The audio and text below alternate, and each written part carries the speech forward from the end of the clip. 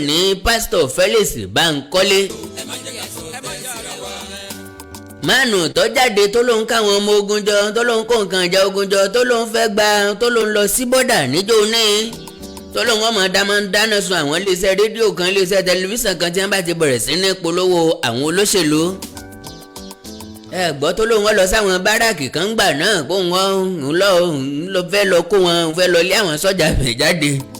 ó wá fẹ́ káwọn sọ́jà orí rajọ tán bẹ̀ kó tó di pé yọ ṣe nǹkan tó fẹ́ ṣe wáìlì yẹn kọ́ ló gbé mi wá. máàlù yìí ti gbá ọ̀pọ̀lọpọ̀ èèyàn tẹ́mi àkàndá ti jáde tá a ti sọ̀rọ̀ nípa rẹ̀ ọ̀pọ̀lọpọ̀ nínú yín náà ló bú mi kí ló dé ẹ̀ ń jowú ẹ̀ ni torí ẹja fẹ́ sáfi sílẹ̀ ẹ jẹ́ kó máa ṣe tiẹ̀ ẹ jẹ́ kó máa ṣe tiẹ̀ olóyè Sunday Adéyẹmọ Ìgbòho kejì nìyẹn gbà tó lóyè Sunday ti wà níbi tó wà yẹn àwòrán nìkan kan jáde máàlù yìí dẹ̀ tún ń jáde ẹ tó ń ṣe kì í ta ẹ fi máàlù yìí sílẹ̀ o. báwo lẹni bá wa sọ̀rọ̀ mọ̀mọ́ bá ń fi ilẹ̀ ṣáò lè bára wa sọ̀rọ̀ ní kí ló èsì rẹ̀ náà lájọ́ rí i. ṣàwa Yorùbá gan ta fi máa ń fùwà bí aláìgbọ́n ló máa ń ṣàwa Yorùbá gan ta fi máa ń fùwà. bọ́tì iná tá a dálẹ̀ dẹ́yẹ gónúgbọ́ ẹyọ míì ni wọ́n fi sun. ọ̀rọ̀ tí pásítọ̀ Bankole rò pé máa bígè àdùbí ló bí. because ẹni tí nǹkan ìṣẹ̀lẹ̀ sí olùfẹ́ àwa tá à ń sọ̀rọ̀ nípa Yorùbá nation ni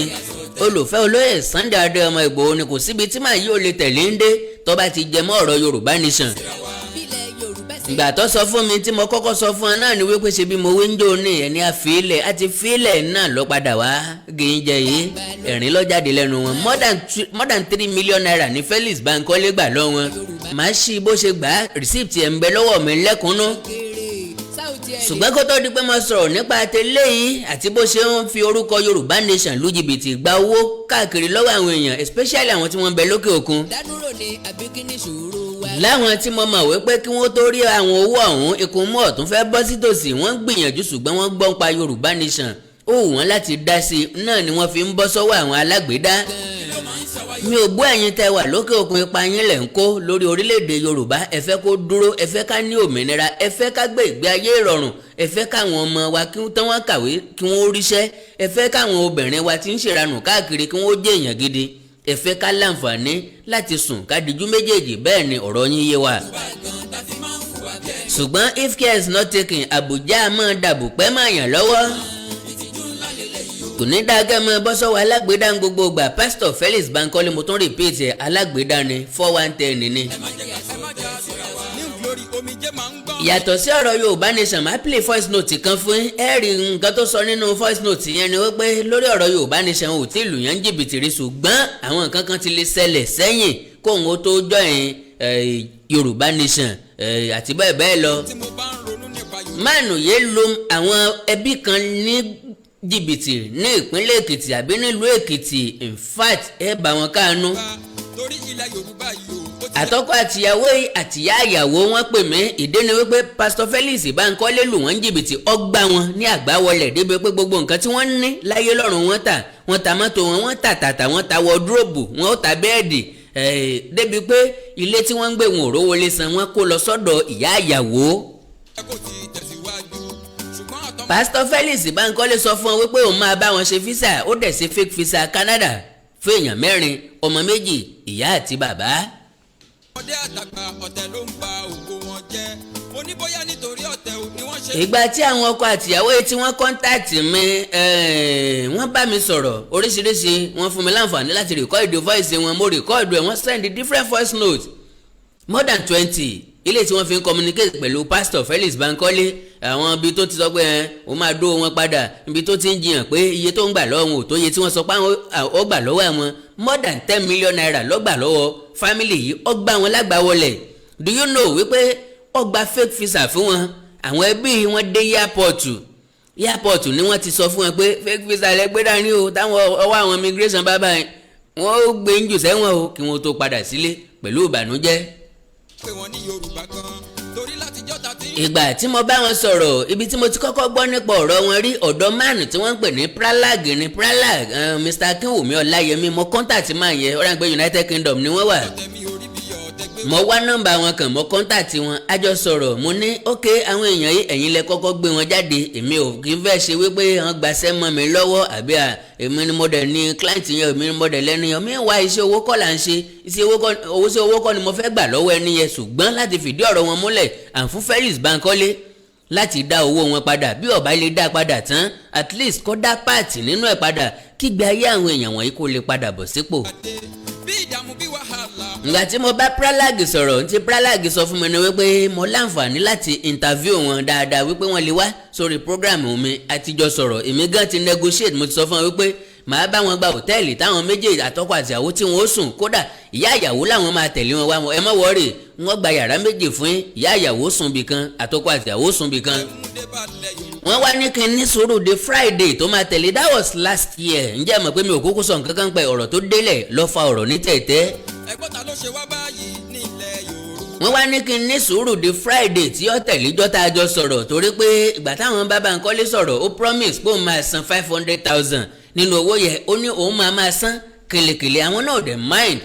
ṣe mọ̀ pé tí ọ̀rọ̀ bá ti gọ̀yàn kò sí nǹkan téèyàn fẹ́ ṣe ju pé kéèyàn ó kúkú ní sùúrù yẹn lánìdélẹ̀ àtọkọ àtìyàwó yìí wọ́n ní sùúrù púpọ̀ àwọn á ní kí n dúró de Friday wẹ́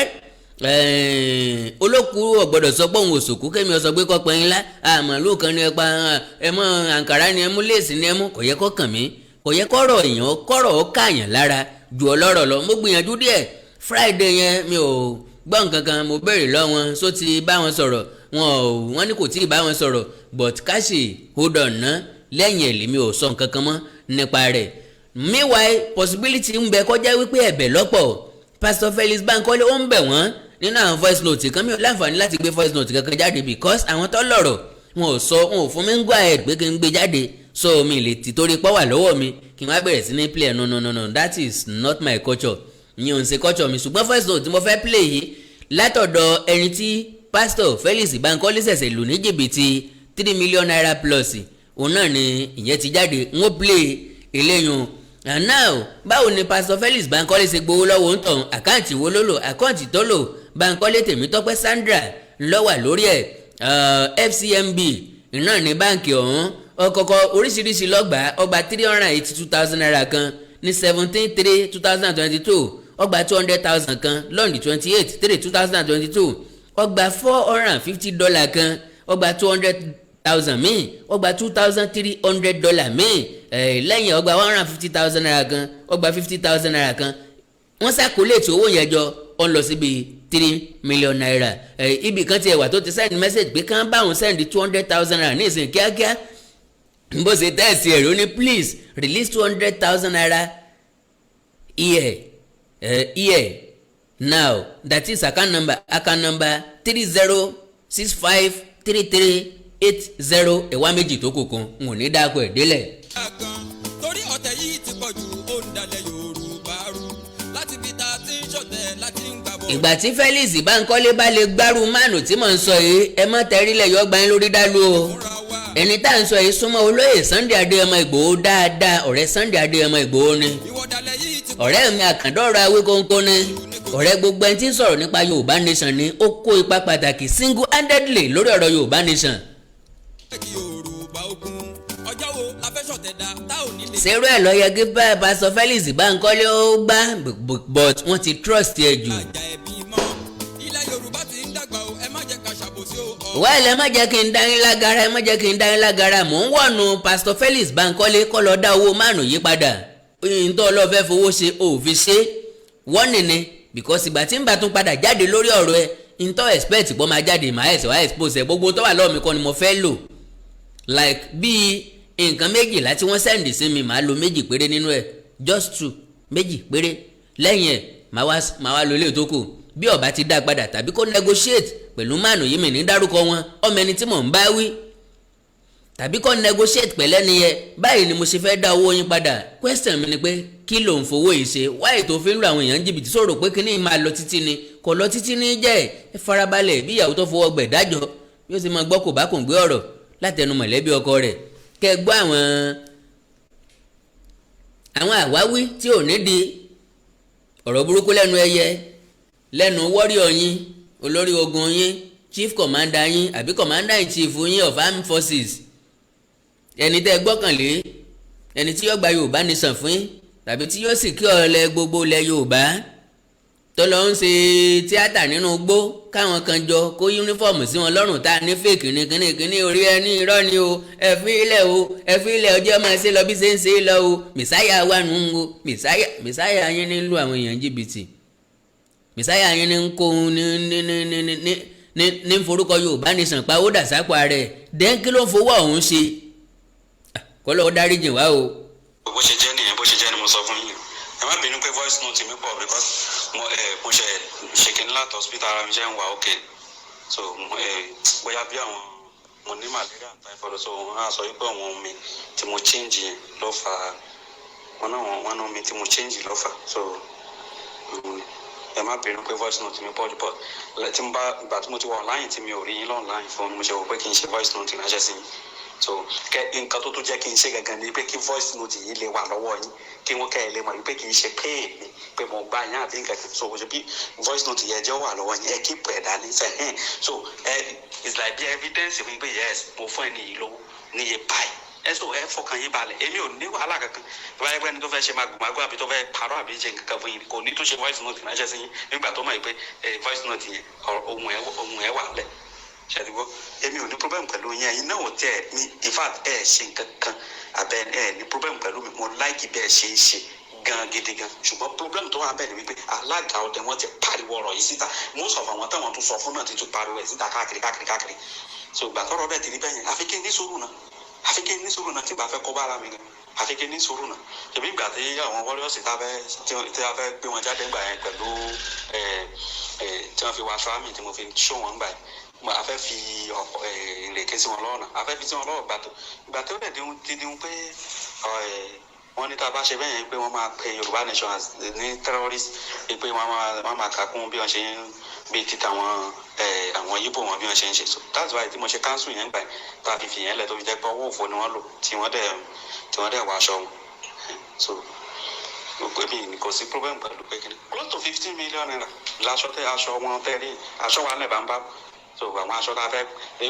àti pín sáwọn àti fún àwọn state kan ní aṣọ tá a ní tí ó jẹ́ pé ó wà ní inú ilé lọ́dọ̀ irú Ògùn state ń sìn aṣọ ti wà nínú ilé lógùn state tó jẹ́ pé àyè fún àwọn warriors ibẹ̀ aṣọ tó wà káàkiri aṣọ tó wà tó jẹ́ pé a fẹ́ pín káàkiri ká ti pín fún àwọn tó kù so èmi ò ní problem kankan pẹ̀lú yẹn ní wàhálà kankan pẹ̀lú mi lè ṣe nǹkan tí ò dá sí kíá olóye ìyẹn ni mo fẹ́ kẹ́ mọ̀ ẹ dì yẹn mú mi lè ṣe nǹkan tí ò dá sí kíá olóye àmọ́ àzọ fún yín pé tí pásọ Bankole tí ò bá fún yín ní nǹkan tẹ́ ẹ bẹ́ẹ̀ fọkàn wọ́n tẹ́ ẹ bá sọ lójú olóye máa sọ fún yín létí wọn báyìí tí wọ́n bá gbọ́ olóye máa sọ fún yín pé pásọ Bankole ẹ fi pásọ Bankole lẹ̀ nǹkan tí ẹ bẹ́ẹ̀ yìí yóò kó fún yín ní pípé tẹ́ tí kò ní dé ẹ fi ọkàn yín balẹ̀ náà tí kò bá wá kó fún yín yóò dáwọ́ yín padà fún yín nǹkan tó lóye máa sọ fún yín ni mi ò gbà jẹ́ kí olóye ni màá wá ṣe nǹkan tí ò dá sí orúkọ tí olú ẹ̀ ń bíìdì náà ló ẹ̀ máa dédé wá tó bàjẹ́ nítorí pé kíní lórí 1 million no rárá. nígbà tó sì gba owó pé 1 million naira nìyẹn